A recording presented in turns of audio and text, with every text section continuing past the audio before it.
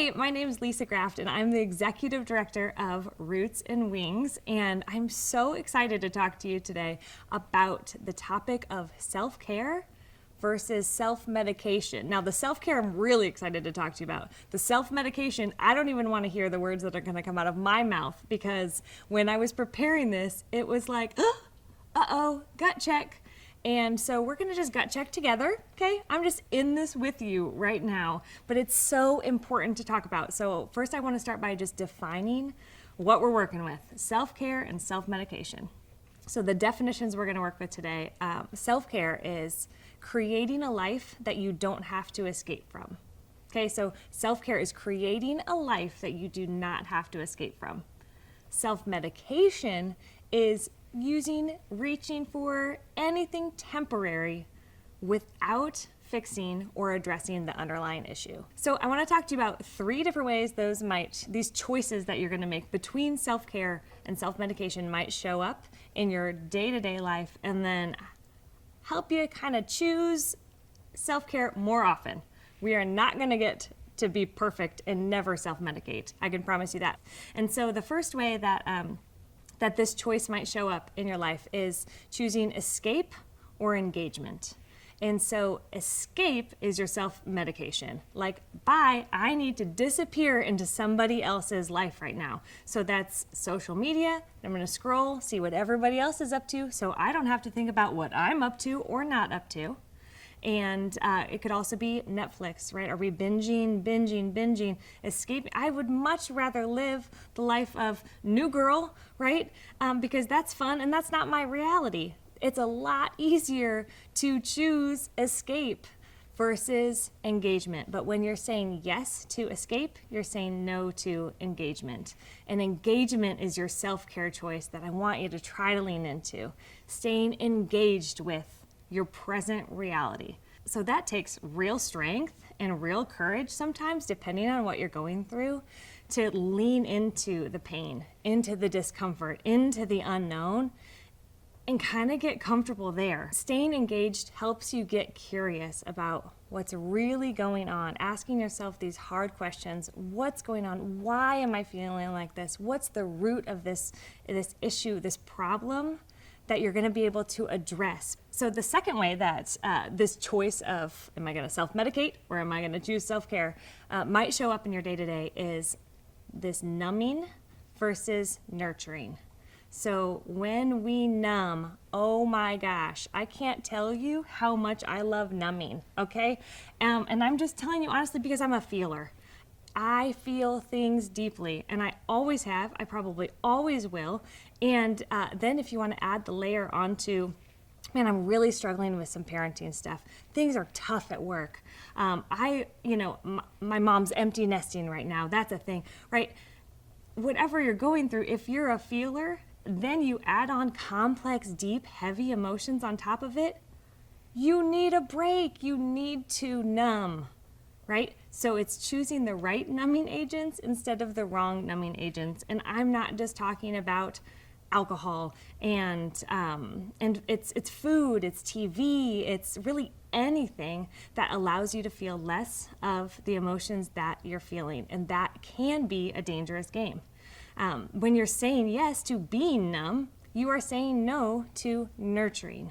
And nurturing is the self-care step that I want you to try to choose, which is nurturing your relationship with yourself, nurturing your relationship with your family and those who love you. And that might look like allowing them to help you. It's hard to ask for help sometimes, especially in the midst of chaos and grief and concern and all of these other big, heavy emotions that you're going through. But by numbing, you don't know what you need to even ask for help. So the more you can nurture those relationships with yourself and the relationships with those who really love you, that is a huge self-care step that you can take. And nurturing can also look like choosing these healthy outlets instead of these numbing agents. Exercise, great conversations, weeping, right? Letting the emotions come. And sometimes, and I've been there, like there are days and there have been seasons where I can't get off the couch. Like that is okay, and that is self-care sometimes, just letting myself be where I can only do this, and I'm giving myself permission to feel the things, to let the grief wash over me.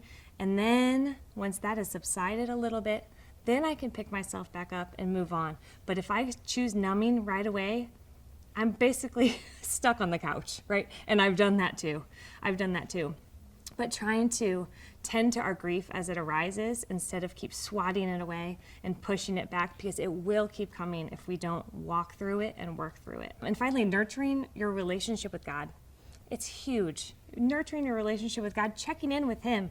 Hey, how do you feel about this? What do you think?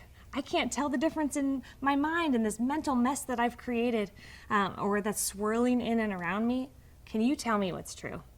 But that comes from knowing how to hear the voice of God, to lean into that, and that comes by spending time with Him in a relationship. And that's a relationship that needs nurturing, just like any of the other relationships in your life. And then the third way that this might show up in your day-to-day, choosing self-medication or self-care, is I'm going to call it carelessness versus compassion. So this carelessness is this self-medication strategy that I've used over and over. I can choose sometimes to be very careless with my relationships because it's easier for me to hold the mirror up to somebody else and make sure they're seeing the worst in themselves, so I don't have to look at myself in the mirror and see the worst in me. So I don't have to decipher, what is this situation? What is my circumstance? What are these big emotions? What is what I'm going through bringing out in my character? And if I get the first whiff of like, ooh, I don't like that, it is so much easier for me to go, whoop, here's a mirror, and I'm going to show you everything that's wrong with you. And man, we've learned that as little kids, right? That's a bullying thing, and that's tear others down. We still do the same thing as adults. And that's a self-medication thing. I don't want to face myself, so I'm going to make sure you face you, so at least I get to hide. And that is a very careless way to handle your relationships. And saying yes to being careless means you're saying no to compassion. And compassion first needs to start with yourself. Self-compassion is huge, especially right now if you are in a season of grief, of trauma, of transition. Likely you're doing the very best that you can.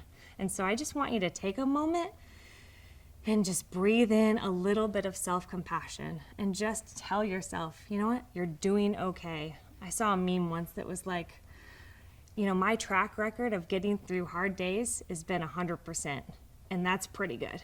And it's true, that's right, it is. You've done it, you did it yesterday, you're doing it today, you might have to do it again tomorrow. But man, showing yourself some compassion within these seasons is huge and monumental, and such a great way to foster kind of a lifestyle of self-care. Creating a life you don't have to escape from is this compassion that you show yourself and that you show the other people in your life too. There are people who are trying to love you and trying to show up for you, and they might be making some mistakes too, but man, they're probably doing the best that they can as well. So what I want you to do is work through some of these exercises in the pages that we've provided for you in the links below, just to become a little bit more aware of what are you leaning into? What are you choosing? Man, if you start to panic or if the grief just hits you, what are you reaching for? Are you reaching for self-medication, or are you reaching for the best form of self-care that you can get your hands on?